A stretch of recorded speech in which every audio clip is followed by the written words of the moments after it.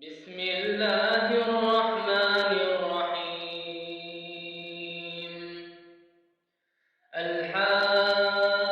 الحاقة ما الحاقة وما أدراك ما الحاقة كذبت ثمود وعاد بالقارعة فأما ثمود فأهلكوا بالطاغية وأما عاد فأهلكوا بريح صرصر عاتية سخرها عليهم 7 ليال و8 أيام حسومة فترى القوم فيها صرعى كأنهم أعجاز نخل خاوية فهل ترى لهم من باقية وجاء فرعون ومن قبله والمؤتفكات بالخاطئة فعصوا رسول ربهم فأخذهم أخذة رابية إنا لما طغى الماء حملناكم في الجارية لنجعلها لكم تذكرة وتعيها أذن واعية فإذا نفخ في الصور نفخة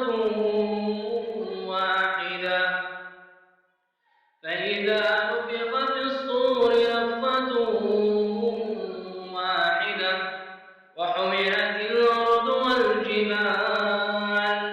وحملت الأرض والجبال فدكتا دكة واحدة فيومئذ وقعت الواقعة وانشقت السماء فهي يومئذ واهية والملك على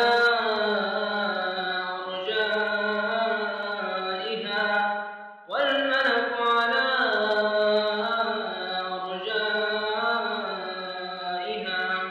ويحمل عرش ربك فوقهم يومئذ ثمانية يومئذ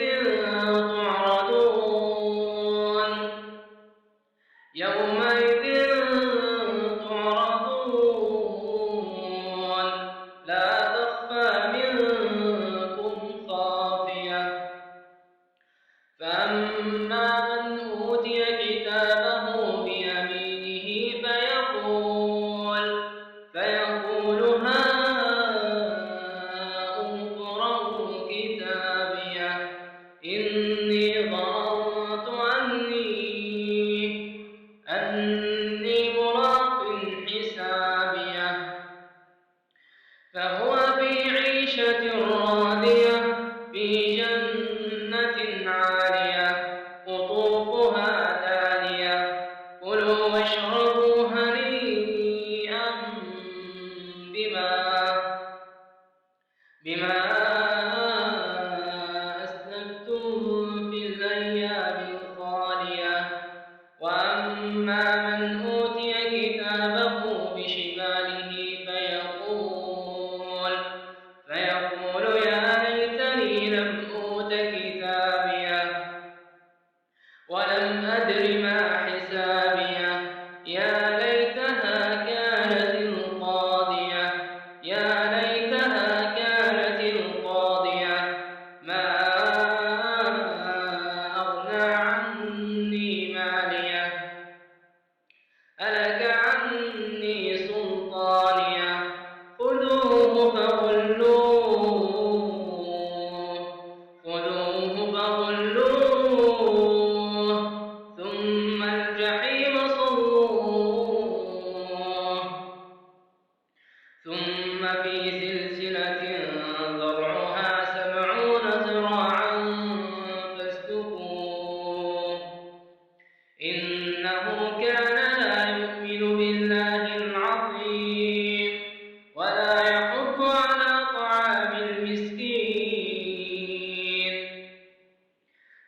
ليس له اليوم هاهنا حميم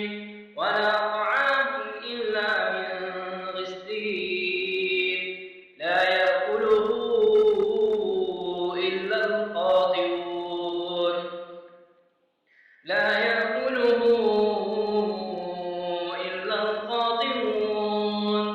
فلا أقسم بما تبصرون وما لا تبصرون إنه لقول رسول كريم وما هو بقول شاعر قليلا ما تؤمنون ولا بقول كاهن قليلا ما تذكرون تنزيل من رب العالمين ولو تقول علينا بعض الأقاويل لأخذنا منه باليمين ثم لقطعنا منه الوتين فما منكم من أحد عنه حاجزين وإنه لتذكرة للمتقين وإنا لنعلم أن منكم مكذبين